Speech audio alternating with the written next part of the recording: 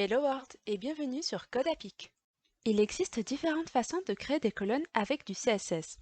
Mais avant de les créer, je vais vous présenter les propriétés qui permettent de les coder. Vous avez donc colonne, colonne-gap, colonne-count, colonne-fill, colonne-span, colonne-width, et ensuite vous avez différents colonnes-rule. Vous en avez un avec un -style, un autre avec -color et un autre avec -width. Et maintenant, allons sur notre éditeur de code pour créer vos premières colonnes. Mais avant de commencer à créer nos colonnes, nous allons coder un bouton qui renvoie vers une nouvelle page, car celle que vous connaissez déjà va être bientôt trop longue, et c'est pourquoi nous allons en créer une nouvelle. Dans un premier temps, nous allons créer un nouveau fichier que nous allons nommer suitecours.html et il doit être créé dans le même dossier que la page HTML sur laquelle nous avons travaillé jusque-là. Donc soit vous faites CTRL-N pour ouvrir un fichier, soit vous passez par Fichier en haut à gauche de l'éditeur de code et vous sélectionnez Nouveau fichier. De là, on va copier le fichier csscours.html. Pour cela, vous pouvez faire CTRL-A, ça va tout sélectionner, et vous faites CTRL-C pour copier. Et ensuite, vous faites CTRL-V dans le nouveau fichier, comme ça notre nouvelle page est déjà reliée à notre fichier CSS. À présent, on retourne sur notre page initiale csscours.html. On commence par ouvrir une balise bouton et on lui donne une classe qui va s'appeler bouton page. Ensuite, à l'intérieur de cette balise, on ouvre une balise A qui aura comme nom de classe bouton page suite. Et on lui donne un href qui sera le lien qui nous permettra d'aller sur notre nouveau fichier HTML. Et on met donc le nom de notre nouveau fichier HTML qui est suitecours.html. Et on termine en mettant un petit texte sur notre bouton et j'écris suite cours. À présent, allons dans notre fichier CSS pour styliser ce bouton. On commence par écrire le nom de la classe de la balise bouton et on va donner un joli aspect à ce petit bouton. On lui donne une largeur car elle risque d'être trop petite, donc on va lui donner une largeur de 100 px avec un width. Et ensuite, on va lui arrondir les bords en mettant un border-radius de 20 px. Et maintenant, on lui donne un arrière-plan violet avec un background-color. À présent, on va s'occuper de la couleur du texte de notre bouton. On commence par écrire le nom de la classe de notre lien, qui est bouton page suite, et on lui donne un color white pour que le texte soit blanc. Et on lui met un texte-décoration, none, pour que lorsque l'on clique dessus, le texte ne devienne pas bleu. Maintenant, allons voir ce que ça donne. Ah, c'est top, notre bouton est pas mal du tout comme ça.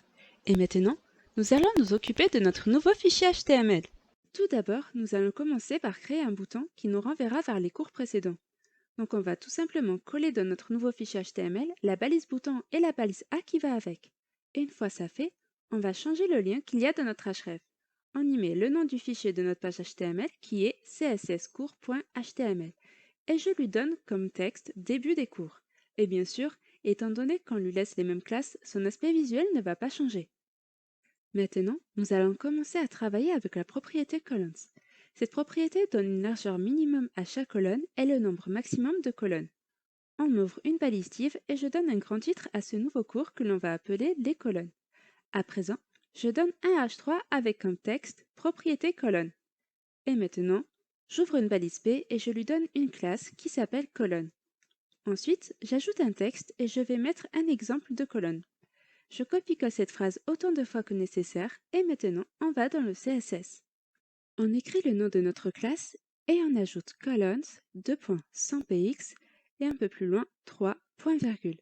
Le 100px permet de donner une largeur maximum aux colonnes et le chiffre 3 donne le nombre de colonnes. Et on termine en donnant une couleur à notre texte qui est color de point rouge. À présent, allons voir ce que ça donne. Comme vous pouvez le voir, nous avons bien nos 3 colonnes et le texte en rouge. À présent, retournons sur notre éditeur de code. À présent, nous allons utiliser la propriété colonne-count. On va commencer par copier-coller la div précédente, mais on ne va pas garder le h1. Ensuite, on va changer le texte du h3 qui va être propriété colonne-count. Et on va aussi modifier le nom de la classe de la balise B qui va être colonne-count. À présent, allons dans le CSS. On commence par écrire le nom de la classe qui est colonne-count. On ouvre les brackets et on ajoute colonne-count 2.6 qui va être le nombre de colonnes souhaitées. Et en dessous, on va choisir la couleur pour le texte qui va être du orange foncé. Donc on écrit color dark orange, point virgule. À présent, allons voir ce que ça donne. Génial, on voit bien nos 6 colonnes et le texte est orange foncé. De plus, le bouton que nous avons codé tout à l'heure fonctionne aussi, c'est vraiment super. On va s'arrêter ici pour aujourd'hui et on verra ensemble la semaine prochaine comment créer des colonnes autrement. Vous verrez, c'est très intéressant. Je vous souhaite un bon week-end et on se voit vendredi prochain à 18h30. Si vous avez aimé cette vidéo, n'hésitez pas à liker et à vous abonner. À bientôt!